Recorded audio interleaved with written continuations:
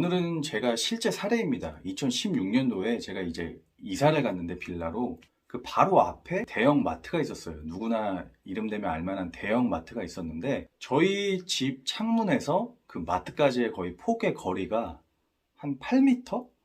마트 뒤쪽이었는데 실외기가 사실 굉장히 많이 있었어요. 그 뒤쪽에. 근데 그 실외기가 굉장히 낡고 오래돼가지고 소음이 굉장히 많이 나서 뭐 요즘 같으면 그렇잖아요. 뭐 층간소음 때문에 이웃을 살해하기도 하고 뭐 고소하기도 하고 그러니까 굉장히 뭐 분쟁들이 많잖아요. 그러니까 뉴스만 봐도. 그죠? 저는 뭐 좀 다른 방법이 없을까 해서 직접적으로 저희가 원만하게 이제 당사자와 소통을 해서 이런 해결한 사례가 있어서 이번 영상을 찍게 되었습니다.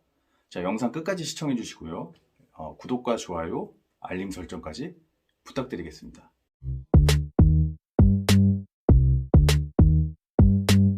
자, 일단 처음에는 원래 그렇잖아요. 지방도시도 그렇고 뭐 경기도권이나 서울권에도 해당 제가 사는 지역에 이제 관할, 뭐 시청에 특히 이제 민원을 넣었죠. 처음에는 그때 이제 공무원들한테 민원을 넣고 그때 녹색환경과였을 거예요. 그쪽에 민원을 넣으니까 그쪽에 이제 담당 주무관이 그쪽 이제 마트 이제 점장이죠. 마트 점장과 직접 조율을 해서 뭐 해결책을 어떻게 제시하겠다고 했는데 기다려 보니까 좀 실망스러웠어요.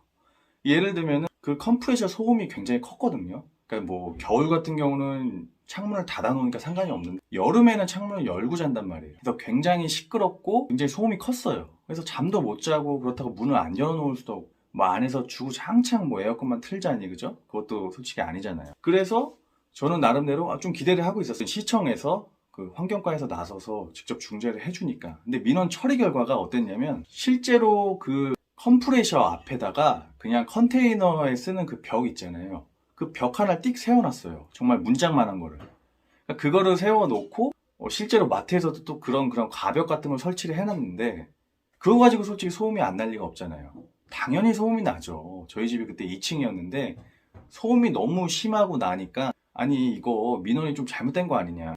근본적인 원인을 해결을 해야지 어떻게 이 가벽만 띡 세워놓고 민원을 처리했다고 할 수 있느냐 하니까 그 담당 그 주무관 공무원이 저한테 딱 그런 얘기를 했어요. 그분이 아니 저희도 최선을 다했습니다 이러는 거예요.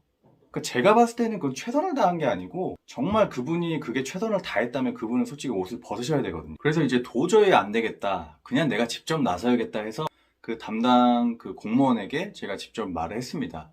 그러니까 제가 직접 해결을 할 테니까 그 대형마트 점장님의 번호를 나에게 알려달라라고 했어요. 물론 그 점장님께도 일단 말씀을 드리고 나서 오케이 하면 저한테 직접 알려달라고 제가 말을 했습니다. 그러니까 알려주더라고요. 사실 그 민원을 넣고 그 시청에서는 솔직히 처리해 준 게 없어요. 정말. 예. 좀 실망스러웠어요. 진짜로. 그래서. 예. 그래서 제가 그 마트 점장님께 이제 처음에 이제 문자를 정성스럽게 이제 작성을 했죠. 제가. 뭐 저는 뭐 앞에 사는 뭐 지역 주민이고 뭐 그 해당 마트를 이용하는 이제 입주민인데 너무 소음이 크다. 밤마다 이제 여름인데 그때 열대가 굉장히 심했거든요. 문을 안 열어놓을 수도 없고 그 하필 저희 누나가 또 산후조리를 하고 있었어요. 그래서 신생아들에게 얼마나 그 소음 공해라든지 이런 게 굉장히 큰 영향을 끼칩니까? 어른한테도 그렇고 그죠? 이제 그런 부분들을 정말 이제 논리정연하게 정말 팩트 위주로 직접 제가 이렇게 문자로 전달을 했어요. 그리고 이제 중간중간에 통화도 몇 번 하면서 다행히 그분이 그래도 굉장히 의식이 있으신 분이었고 뭐 해결을 하려는 의지가 있으신 분이었어요.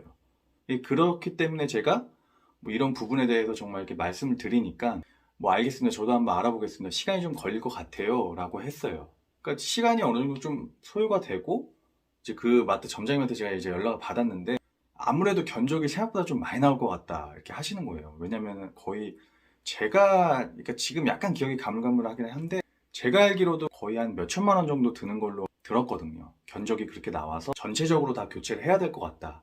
그래서 또 저도 이제 말씀을 드렸죠. 진짜 설득을 해야 되잖아요. 그죠? 왜 굳이 그 돈을 들여서 실외기를 교체를 해야 되는 이유에 대해 설명을 드렸어요. 일단 소음 공해가 굉장히 크고 저희가 혹시 이사를 가더라도 그 다음 사람이 와서도 법적인 문제 소지의 우려도 있고 그리고 이제 뭐 신생아 아기와 그리고 거기 사는 사람들에 대한 정신적 피해와 스트레스, 뭐 PTSD, 외상후 스트레스 장애라든지 또 그런 부분도 있었어요. 사실 화재 위험도 있거든요. 그러니까 실외기 같은 경우도 굉장히 열을 받고 하면은 실제로 화재의 원인이 되는 경우가 굉장히 많아요.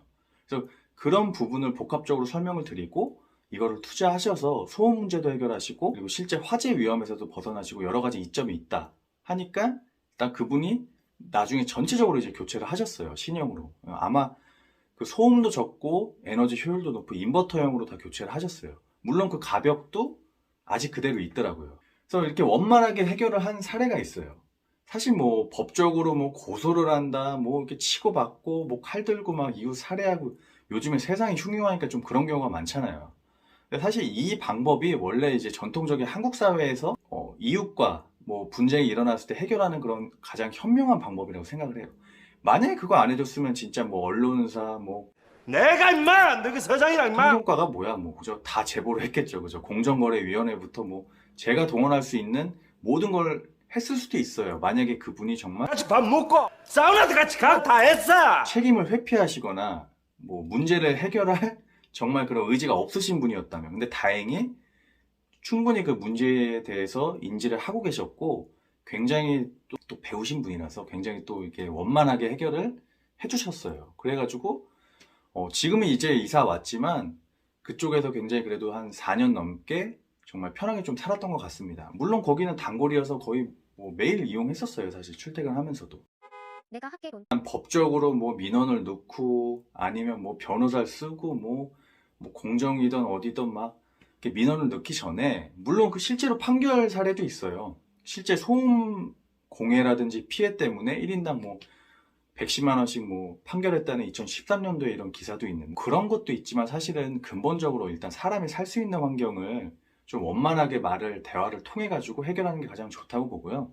아, 그리고 제가 이 영상을 찍었다고 해서 뭐 공무원분, 시청에 일하시는 열심히 일하시는 그런 유능한 공무원분들을 정말 디스하는 건 아니니까 오해는 하지 말아 주시고요. 일단 그분의 일단 그 담당 그분의 솔직히 능력이 좀 부재이겠죠. 어쨌든 뭐 요즘에 이웃 간의 뭐 층간소음이다 뭐다 피해 사례들이 굉장히 많이 보고되고 있잖아요. 솔직히 요즘 시국도 좀 그렇고 뭐 이럴 때일수록 좀 더 대화를 통해서 원만하게 해결했으면 좋겠다는 바람에서 이 영상을 찍게 되었습니다. 자, 앞으로도 더 재밌고 무궁무진한 얘기 많이 다룰 거니까요. 구독과 좋아요, 알림 설정 꼭 해주시고요. 지금까지 내각개론이었습니다. 감사합니다.